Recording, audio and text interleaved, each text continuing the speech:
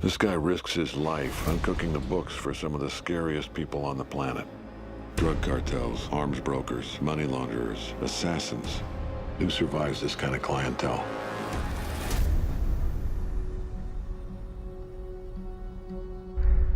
The most satisfying performances that I've been able to get involved in are ones where I got to play real characters. Your son is a remarkable young man. He has highly advanced cognitive skills. Christian Wolff was totally different from anything I've done before. He fused both playing the leading man protagonist with a real character part. Maybe he's capable of much more than we know. One of the things that intrigued me most about the script was the levels and layers. You're the consultant, Mr. Wolff. Chris. I had to read it twice to even follow a lot of the sort of mystery as it gets unveiled. What are you doing in here?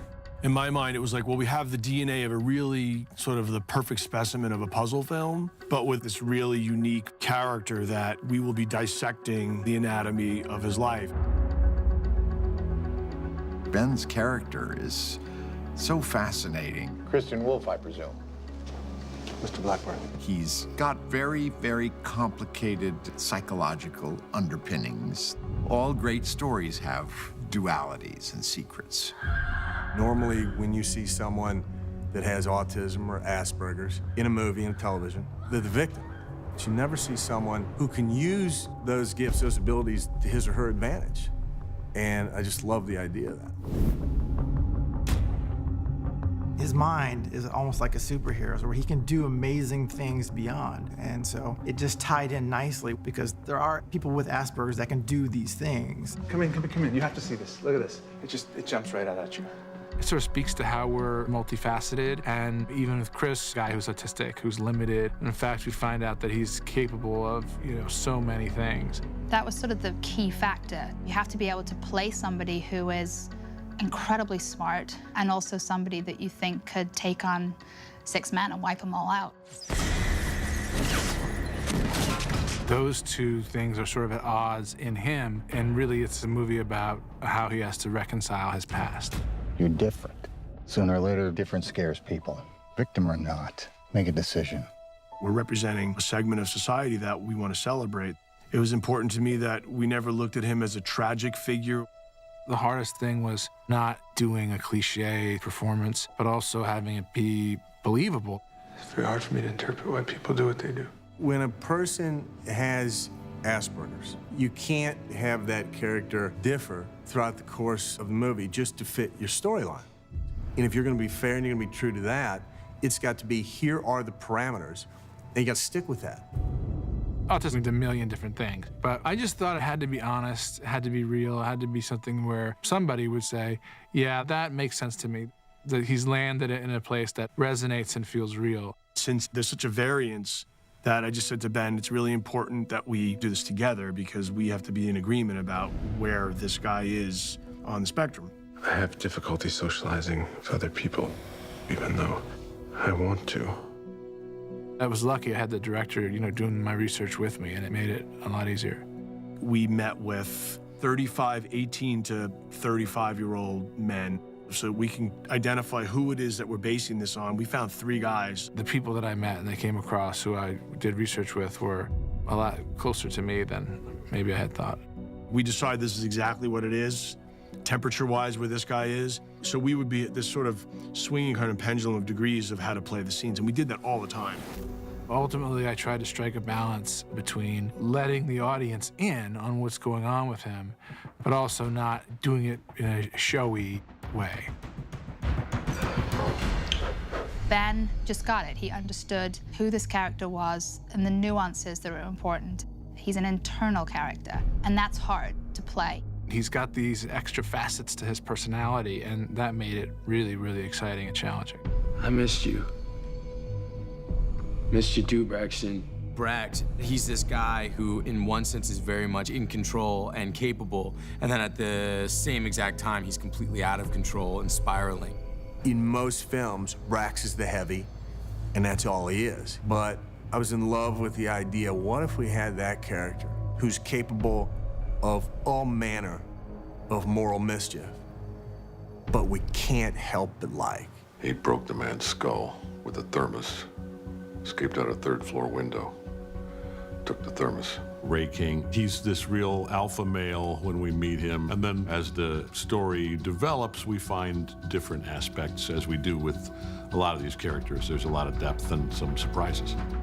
In most films, you see a Ray King character, and what you see is what you get. But that's not who Ray King is. As his subordinate, Mary Beth, finds out more and more about the accountant, she finds a little bit more about Ray's involvement with the accountant.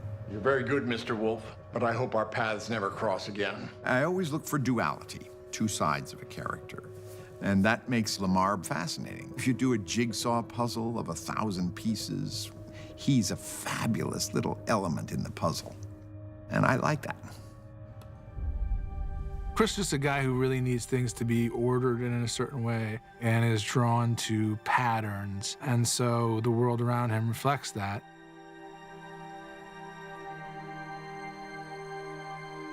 Keith Cunningham was a production designer. We would make sure that we're on the same page in regard to creating the look, the feel, the tone, the palette, the visual style, and make sure that we're all telling the same story.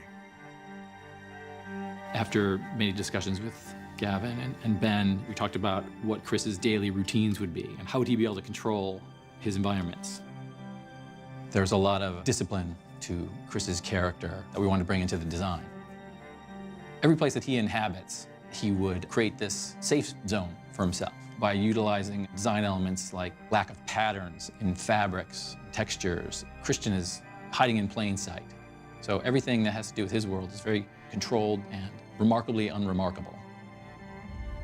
He understood each character and the type of person they were so that he could find their world and make it their own. And he did it with Christian Wolff. We're looking at Christian as sort of a metaphor that, he's sort of trapped in his own head. So we sort of wanted to use that theme throughout the sets and locations, that we use it as a framing device in a number of places where we literally sort of box him in. So the man in the box sort of really came to life there, where we put him in an office within an office. And that concept is also reinforced in his Airstream. This is where you live? No, I don't live here. This is a storage unit. That would be weird. The thought of a man who visits a trailer where everything that he holds dear is, and the trailer is inside a storage unit, right? Who is this guy? We had the real Airstream, and then we had the set Airstream. We needed more space because the Airstreams are tight to shoot inside. And so we asked Keith to build this Airstream so the camera can be wheeled in any different direction. And Keith attacked that challenge in the best possible way. That was a special design challenge because that was sort of the height of Christian's ability to control the quality, convenience, and safety for himself. But the Airstream was very specific. The walls and the ceiling all come apart. It was a puzzle, literally, within the puzzle movie. And embracing a lot of those visual parameters that sort of defined Chris's world. His space is very important to him. So the production design really had to take that into account when creating his environment, and I thought they did a great job. So who is he? The accountant. Like a CPA accountant? Not quite. I definitely tried to make a film that was intellectually engaging while also being a fun ride that can kind of sweep the audience up in a story that doesn't let up in your heart or in your brain until it's over. Ben Affleck, he's got a brightness in his eyes where you can see how smart he is, and that really made Christian Wolff come to life. The movie's about connections. How does that person impact these other people around him? I wanted to know what's going on. Why is it different? What's outside what we consider to be the norm, where each person appears one way, but perhaps is different. You're just going to want to continue to know more about him, why he is the way that he is, what happened in his past, how has he gotten to this point in his life, and the fact that he chose this profession and the skills that are required to do that, I think are fascinating. And I think it really does make for a truly unique action hero. I think to have a lead in this kind of movie that's different, and we shine a spotlight on that, and we're like, this is beautiful, I'm really very proud of Ben. I thought he did just an incredible job in the movie. This seemed to have genuinely unique elements and to be genuinely surprising. And it had a character that had a lot to play. I'm really, really proud of it. Say you're the head of the Sinaloa cartel. Who can you trust to track your stolen cash? He's capable of coming in cold and getting out alive.